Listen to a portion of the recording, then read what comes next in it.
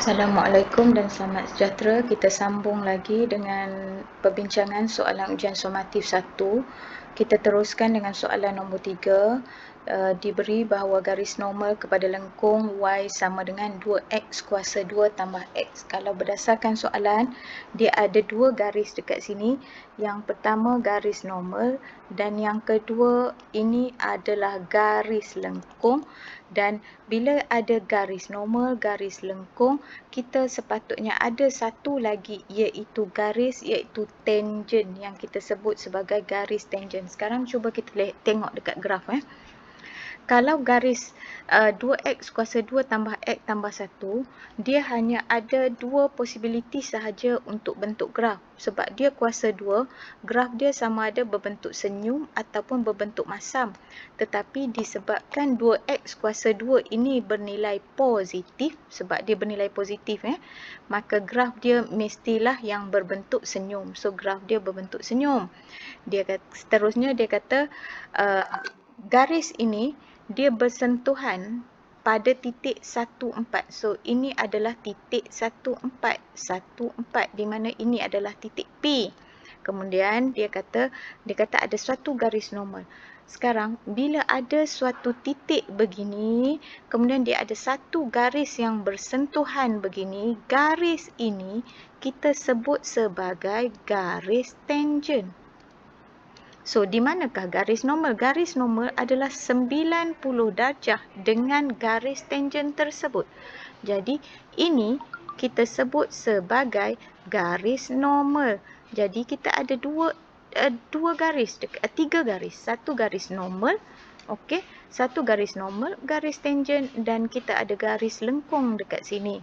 Okey, sekarang apa yang dia nak tahu adalah persamaan normal bagi lengkung itu. Persamaan normal tu walaupun dia kata bagi lengkung, persamaan normal inilah. Dia nak tahu persamaan normal yang ini. Jadi untuk nak cari persamaan normal, kita kena cari kecerunan dahulu. Sebab persamaan normal, persamaan tangent dia merupakan garis lurus. Maka kita kena cari kecerunan. Semua garis lurus dia mempunyai kecerunan. Maka kita kenalah menggunakan persamaan kecerunan. Apakah persamaan kecerunan? Dia adalah dy dx. dy dx ini kita panggil juga sebagai persamaan kecerunan. Maka kita kena bezakan nilai y yang di atas ni. Maka kita akan dapat 4x tambah 1.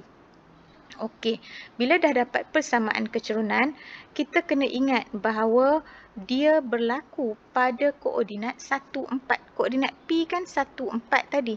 Jadi, kita tak ambil nilai yang lain. Kita hanya ambil nilai X sahaja. Okey, maka kita gantikanlah nilai X tadi 4 darab dengan 1 tambah dengan 1. Maka kita akan dapat 5. Maka 5 ini merupakan dy per dx ataupun kita panggil juga sebagai kecerunan untuk garis tangent. Kecerunan untuk tangent. Okey, ini adalah kecerunan tangent. Tapi kita bukan nak kecerunan tangent, kita nak kecerunan untuk garis normal. Jadi, macam mana formula dia? Formula dia adalah M1 darab dengan M2 sama dengan negatif 1. M1 darab M2 sama dengan negatif 1. Maka, tadi kan kita dapat M1 tadi adalah 5 kan? 5, M1 adalah 5. Kita anggap kecerunan tangent tu M1. So, M2 sama dengan negatif 1.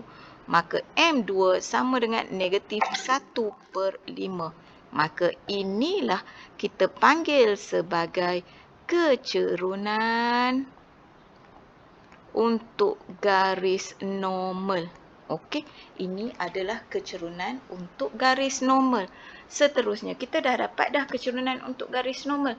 Maka kita kena cari dia punya persamaan. Jadi kita boleh gunalah y tolak y1 sama dengan m x tolak x1. Kalau nak guna formula yang matematik moden tu pun boleh. Jadi Y tolak Y1. Y tolak dengan apa? Y1 ni kita tengoklah koordinat tadi. Koordinat tadi kan 1 dengan 4, maka Y tolak 4 lah. Okey, Y tolak 4 sama dengan apakah nilai M? Nilai M kecurunan tadi adalah negatif 1/5. X tolak dengan X1 adalah 1. Maka saya akan dapat Y sama dengan negatif 1/5 X tambah 1/5, sebab kita darab masuk tambah 4. Maka saya akan dapat Y sama dengan negatif 1/5 X. Yang ini tambah 1/5 tambah dengan 4 ni, kita akan dapat 21/5. Maka inilah persamaan normal bagi lengkung itu. Okey, kalau dia nak persamaan tangent, kita menggunakan kaedah yang sama, cuma bezanya kecerunan dia bukan negatif 1/5. Kecerunan tangent kita kena gantikan dengan 5. Tapi sebab dalam kes soalan ni dia nak kecerunan untuk dia nak persamaan normal. Jadi kita kena guna kecerunan untuk normal, iaitu negatif 1/5. Maka kita dapatlah untuk soalan A. Okey, dah siap. Okey, seterusnya dia nak soalan B. Soalan B, dia kata koordinat bagi titik Q dan R. Koordinat bagi titik Q dan R. Okey, kita tengok balik. Apakah titik Q dengan R ini? Okey. Okey. Garis normal kepada lengkung Y sama dengan 2X kuasa 1 ni, dia bersilang lah. Garis ini ni pada P sama dengan dia bersilang pada paksi X pada titik Q dan bersilang dengan paksi Y pada titik R. Contohnya, katalah garis normal ni tadi, katakanlah saya panjangkan. Garis ini kan, ini garis normal kan, saya panjangkan garis normal dan saya panjangkan garis normal ini. Bila dia kata dia nak bersilang pada paksi X dekat Q, ini adalah bersilang paksi X dekat Q, dan dia bersilang paksi Y ini dekat R. Okey, bersilang pada paksi Y dekat R. Okey, seterusnya bagaimana kita nak cari nilai dia? Kita dah ada kan nilai Y sama dengan negatif 1/5 X tambah, ini tambah tambah dengan 21/5. Ini persamaan dia. So, jadi kena faham, bersilang dekat paksi X dan bersilang dengan paksi Y, ini kita sebut sebagai pintasan untuk X. Ini juga kita sebut sebagai pintasan untuk Y. Okey, pintasan X dan pintasan Y. Pintasan Y senang je. Ini, okey, saya tulis balik. Y sama dengan negatif 1/5 X tambah 21/5. Okey, ini asalnya Y sama dengan MX tambah C. Maka C ini, inilah pintasan Y. Inilah pintasan Y. Okey, dah dapatlah pintasan Y. Maka titik dia nak koordinat kan? Maka bila pintasan Y kita dah dapat, iaitu kita dapat koordinat R. Koordinat R adalah 21.5 kan? Maka kita dapatlah 0 dan 21/5. Okey, maka R ini dia adalah 21/5 dekat sini. Kenapa saya kata 0? Koordinat ini, kalau ini 21/5, maka koordinat X dia akan jadi 0 sebab dia pintasan Y. Okey, seterusnya kita nak cari pintasan untuk nilai untuk Q. Nilai untuk Q, ini adalah pintasan untuk X. Bila pintasan untuk X, nilai Y pula akan 0. Maka saya akan buat 0 sama dengan negatif 1/5 X tambah 21/5. Maka saya akan dapat negatif 1/5 X sama dengan 21/5. Maka X akan dapat 21. Maka apakah koordinat Q? Maka koordinat Q adalah 21 dan 0. Maka dapatlah. Okey. Jadi kalau kita nak labelkan, ini sebenarnya adalah pintasan untuk Y. Okey, ini adalah pintasan untuk X. Maka siaplah untuk soalan nombor 3 sebab dia nak persamaan normal dan koordinat bagi titik Q dengan R. Okey, jadi selesai soalan nombor 3. Okey, seterusnya kita sambung dengan soalan nombor 4. Okey, soalan nombor 4 ini adalah soalan pengamiran. Bila dia beri pengamiran sahaja begini, dia kata f(x) dx, okey, sama dengan 5, fungsi x dx sama dengan 5, dia suruh nilaikan. Jadi untuk soalan A ni sebenarnya paling senang lah. Soalan A, jika dia beri 52, dia beri 52 kan? 52 fx dx. Okey.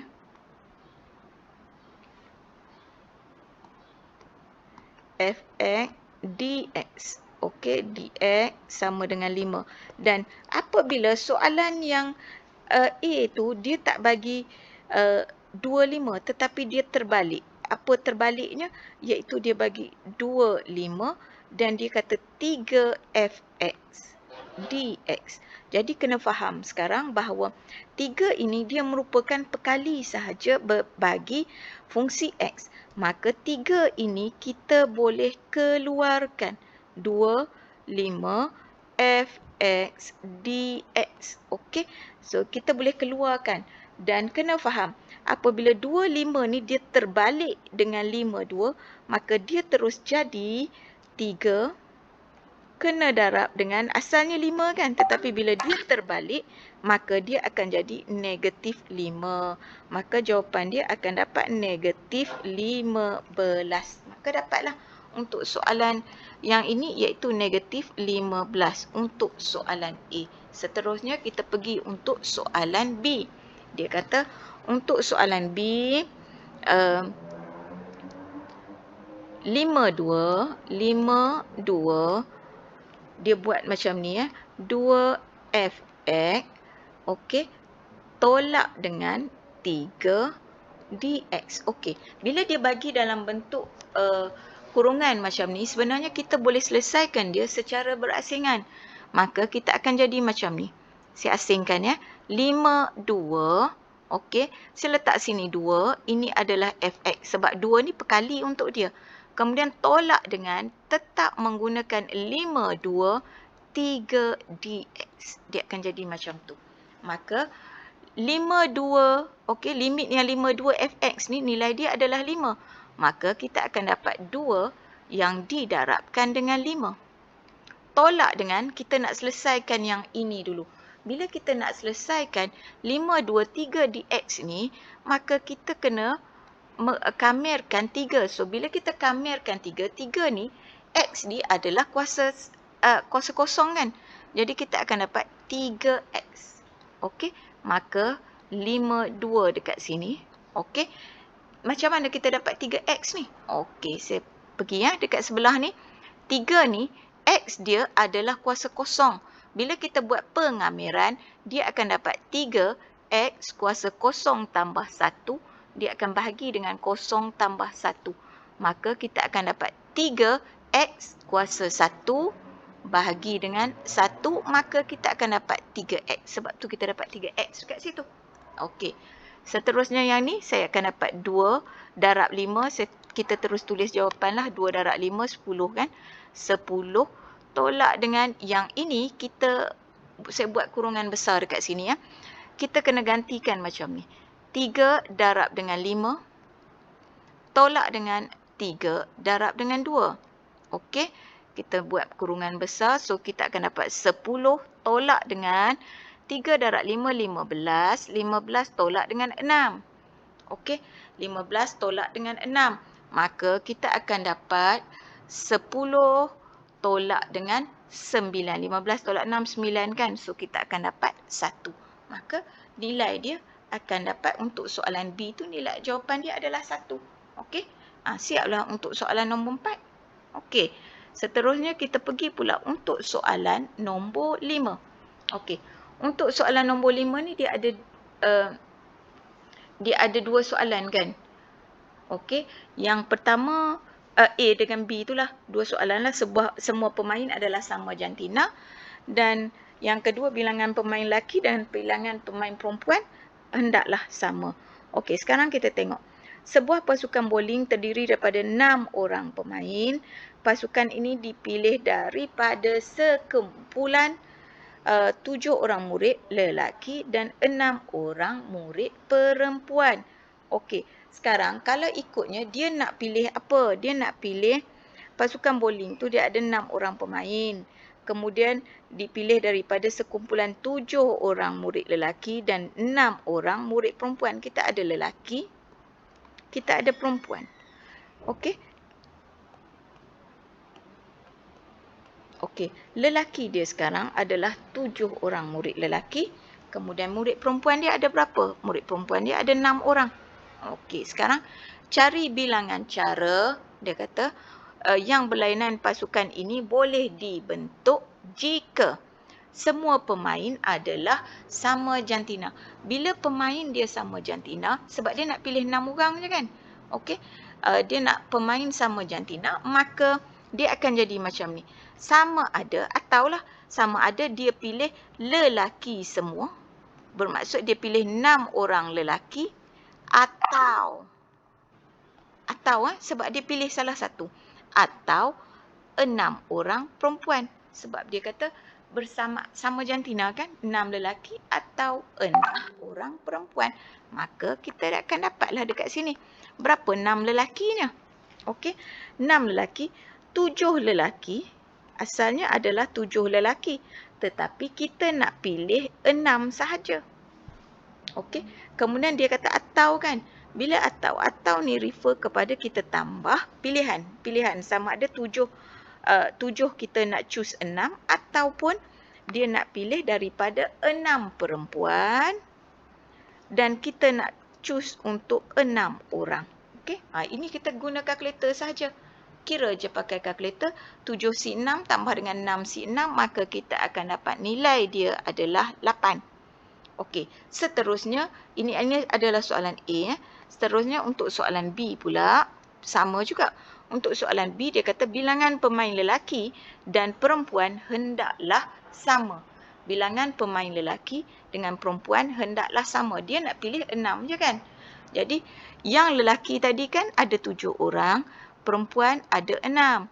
So, kalau sama, bilangan dia, pemain dia ada 6.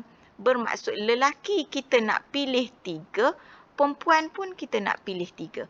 Jadi yang ini syarat dia mesti 3 lelaki dan 3 perempuan. 3 lelaki dan 3 perempuan. Untuk kes tadi dia atau ini dia nak kedua-dua dia adalah sama, 3 lelaki dan 3 perempuan. Maka kita akan dapat 7C3 sebab dia dan, maka darablah dengan 6C3. 7C3 darablah dengan 6C3, maka kita dapatlah 700. Dapatlah nilai dia untuk soalan nombor 5. Jadi selesai soalan nombor 5. Kita teruskan dengan soalan nombor 6. Okey, untuk soalan nombor 6, ini adalah soalan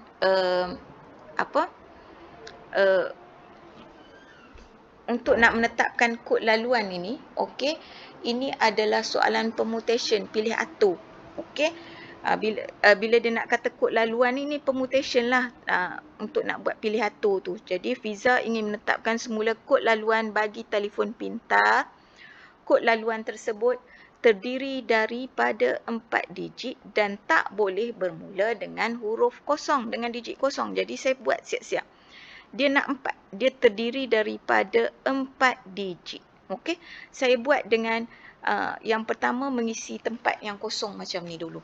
Okey, jadi dia kata cari bilangan cara kod laluan boleh dibentuk jika. Okey, sekarang nombor dia bila dia nak menetapkan kod tu, kena ingat nombor kita ada 0, 1, 2, 3, 4, 5, 6, 7, 8, 9. Ini adalah nombor yang kita boleh gunakan. Jadi keseluruhan nombor ni 0 sampai 9 ni kita ada 10. Okey. Jadi bila katakanlah dia kata digit pertama, ini adalah digit pertama. Ini adalah yang bersyarat. Syarat dia kata digit pertama tak boleh bermula dengan digit kosong. Kalau tak boleh bermula dengan digit kosong, bermaksud nilai kosong ini tak masuk. Kita tutup nilai kosong. Maka bila kosong tak masuk, dia hanya ada 9 nombor saja. Kosong tutup. Jadi kita hanya ada 9 nombor saja. So saya letaklah di sini 9. 9 nombor saja. Bermaksud daripada 9 nombor ni tadi kita nak pilih satu. 9 nombor kita nak pilih satu saja untuk letakkan pada tempat yang pertama. Seterusnya, apakah syarat yang seterusnya? Syarat yang seterusnya, kod itu berakhir dengan digit genap dan tidak boleh berulang. Jadi seterusnya yang ini, kita kena buat yang itu dulu. Digit genap. Sekarang kita tengok dekat sini. Mana digit genap? Digit genap, dia ada 2, dia ada 4, dia ada 6, dia ada 8. Kemudian jangan lupa, kosong pun kalau berakhir dengan kosong, dia juga akan menjadi digit genap. Maka ada berapa nombor? 1, 2, 3, 4, 5. Maka dia adalah 5. Okey, 5 bermaksud dekat sini 5 dia nak pilih berapa? Nak pilih satu lah. Daripada 5 nombor, dia hanya nak mengisi satu tempat sahaja. Okey, 5 nombor ni bermaksud tempat dia ada satu je. Sebab tu dia buat 5p1. Okey, seterusnya kita nak tengok yang tengah-tengah ni. Tengah-tengah ni dapat berapa? Kita tengok. Berdasarkan nilai yang ini, berdasarkan nilai yang kita dah buat ni, kita dah ambil dua nombor. Okey? Kita dah ambil 2 nombor. Tempat yang pertama dengan tempat digit yang terakhir sekali.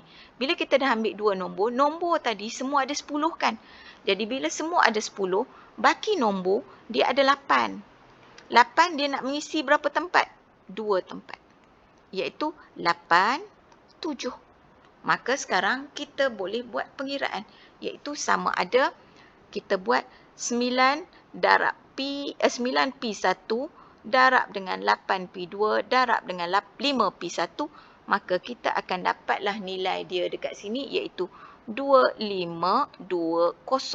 Atau boleh guna kalkulator 9 darab 8 darab 7 darab 5 sama dengan tetap 2520. Jadi boleh pilih sama ada nak menggunakan kaedah mengisi tempat kosong yang macam ni atau menggunakan kaedah permutation yang 9p1 yang macam ni. Okey, boleh pilih.